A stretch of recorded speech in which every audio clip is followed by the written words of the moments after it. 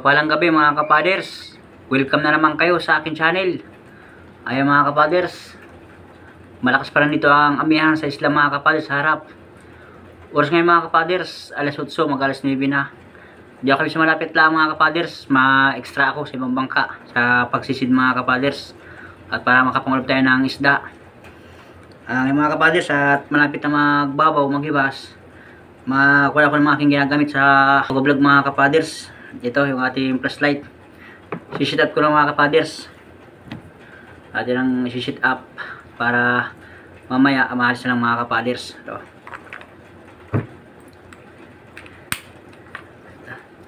Sana ay makadali siya mga kapaders. Pandurudugtong at malapit na ang Pasko. Yan. Ulingas mga kapaders.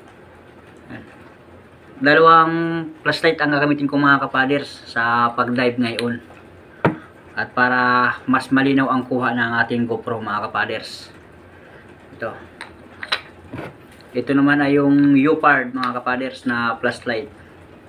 Ito ay waterproof. Lingas.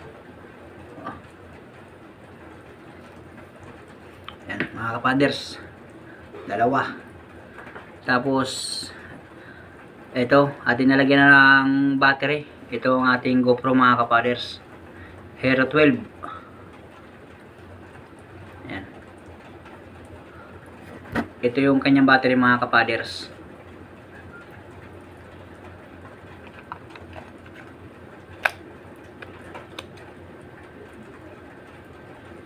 Tapos ito. Yun.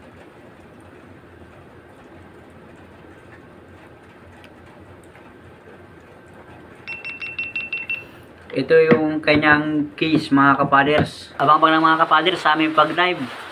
Sana swertihin. Nakalaot din sa wakas na ito isda kagad. Buhay naman oh. Pang-ulam kagad, surahan mga kapaders. Makatikim rin tayo ng isda. Andito lang kami malapit sa isla at malakas kaya ang amihan.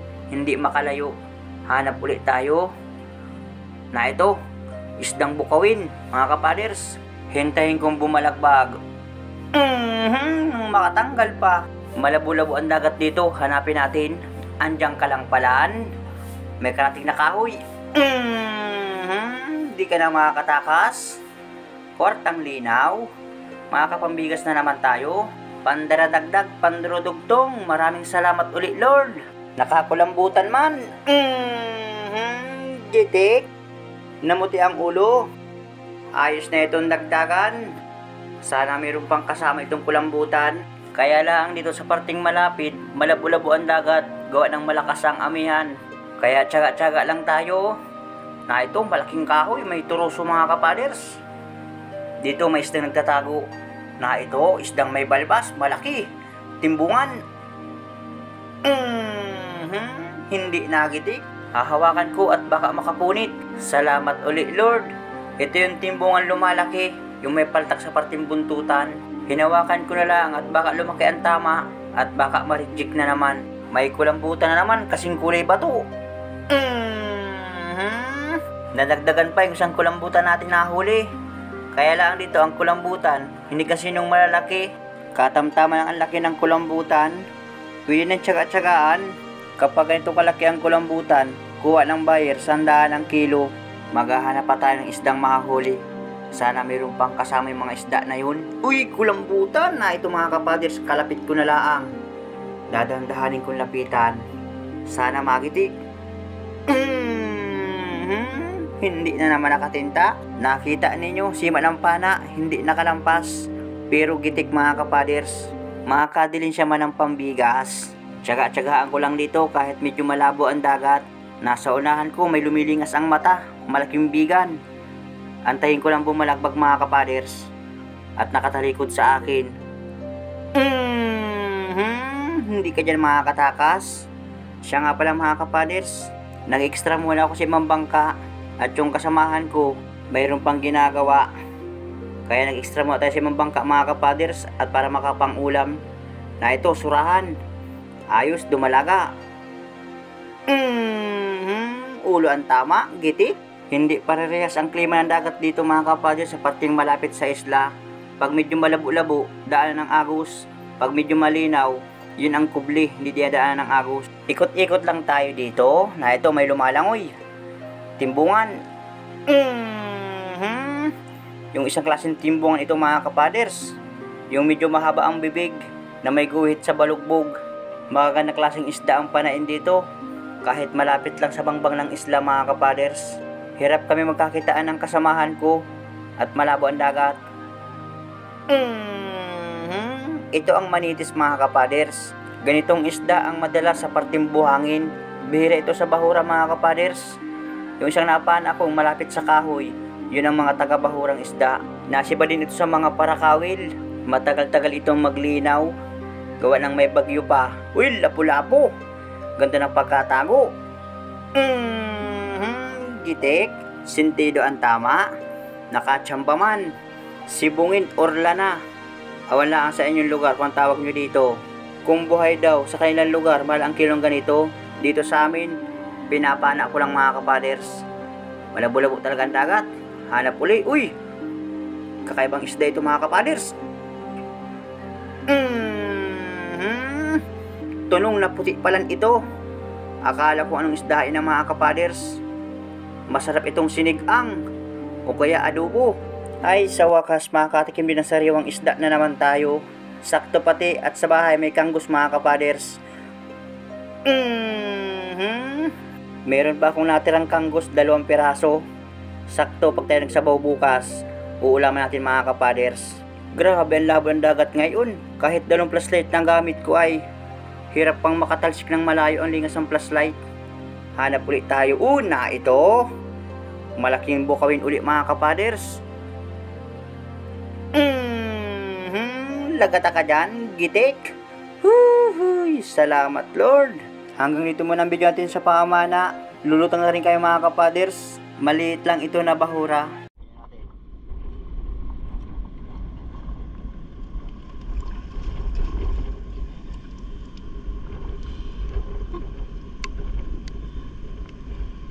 Adubuhin.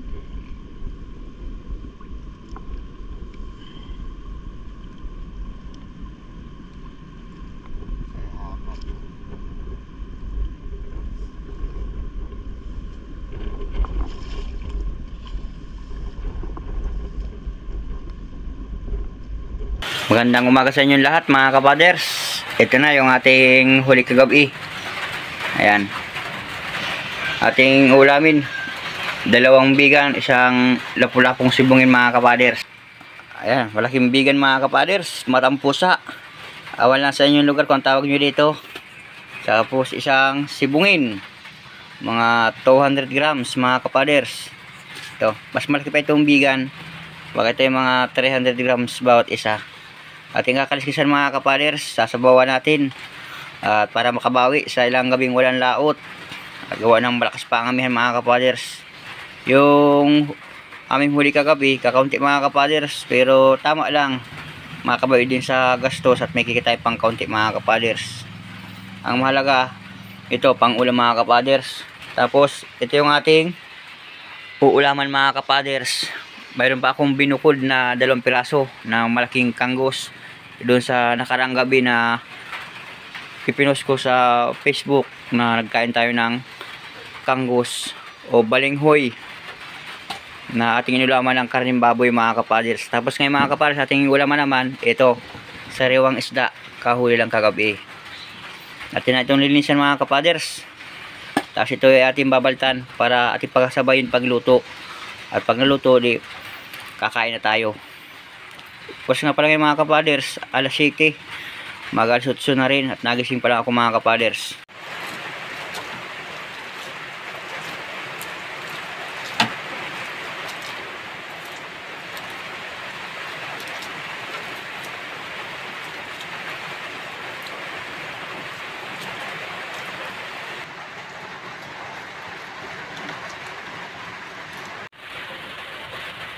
Flip mo.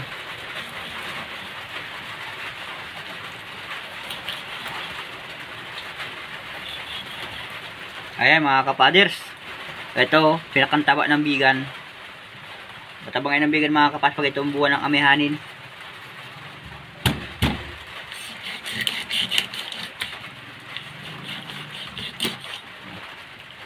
Taba. Sigurado ang nilang kanggos mga kapaders.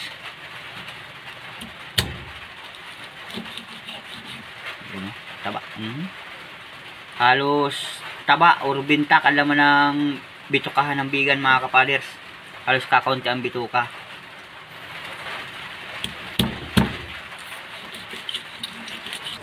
Ito naman mga kapaders yung ating isusunod na babalatan at ating lalagain mga kapaders. Itong 2 piraso.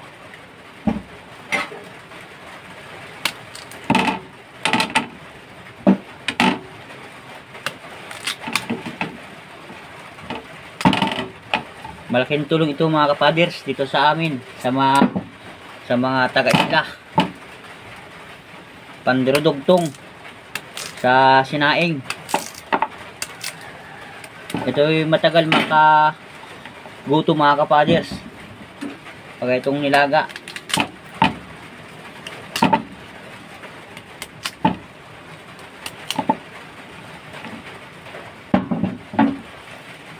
Ito mga kapaders, ating babalatan na para yan o.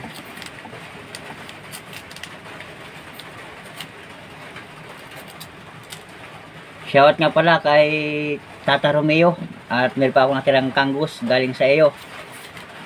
Sana marami ka pang tao mabigyan ng kangus na ngailangan ng tulong. Tulad ngayon sa panahon mga kapaders, amihanin, hirap makalaot ang mga taga dito. Mga kapwa ko mga espiro dahil malakas ang amihan. Ito na mga kapaders, tapos ko nang balitan itong balinghoy o kamuting kahoy, tawag sa ibang lugar sa mga ibang nagpo-comment. Yan o. Meron din pang ulam isda mga kapaders, yung 3 piraso na ating huli kagabi sa pinanaan. Tayo ulit mamukbang mga kapaders. Pinilalagay ng mga kapaders ng aking asawa dun sa walang rice cooker. At tayo ang maglalagay ng baso na may tubig mga kapaders. 2 tasa laang na tubig ang ilalagay sa gayaan. Ayos na yan, kaya nang lutuin yan ng 2 tasang tubig. Ito yung isda naman, sasabuhan mga kapaders. Tulog pa yung aking inakay at mamaya pagkaluto ating gigisingin, kakain tayo.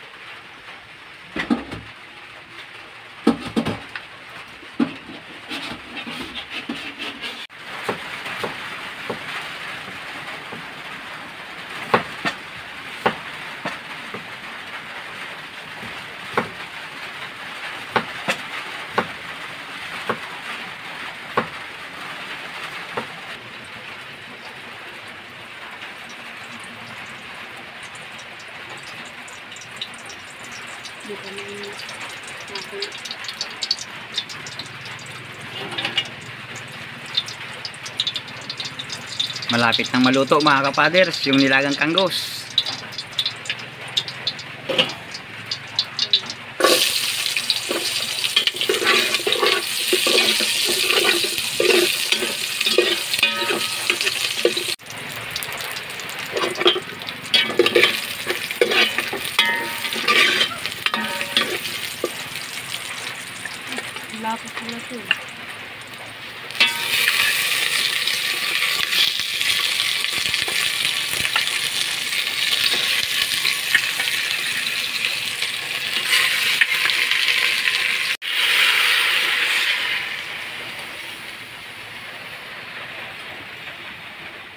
Konting minuto lang mga kapaders ang antay. Ito yung maluto na rin ito. Ito yung mabis maluto lang mga kapaders.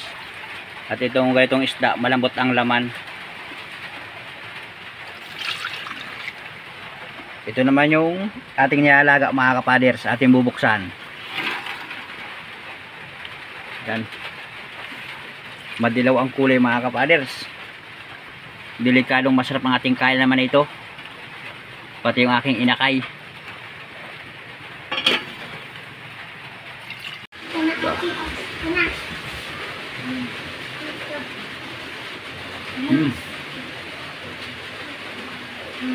Ito na mo may tip na isa. Itong kukupenin mo ha. Hindi tip ha. Ano na? Hindi gawin dyan. Saan?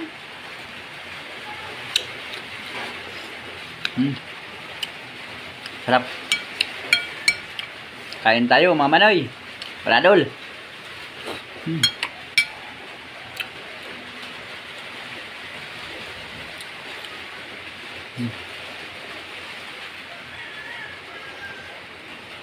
Wow.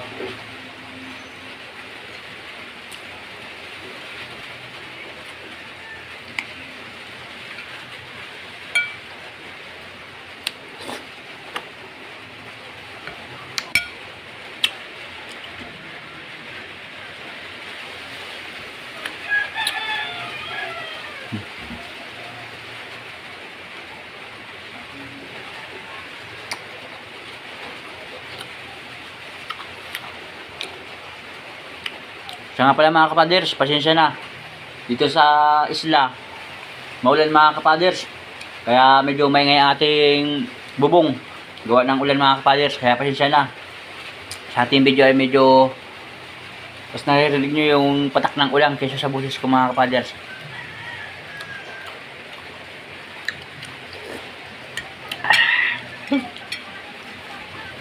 Buhay ang dugo mga kapaders.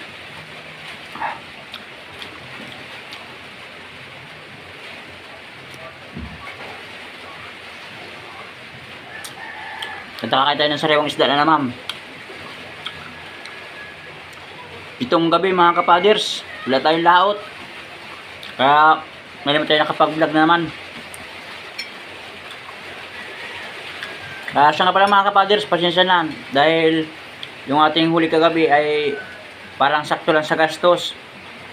Ayos lang yung mga kapaders. Kung meron tayong kitain na kaunti, hindi na ako hingin ng parte mga kapaders. Dahil ang aming huli kagabi kakaunti lang.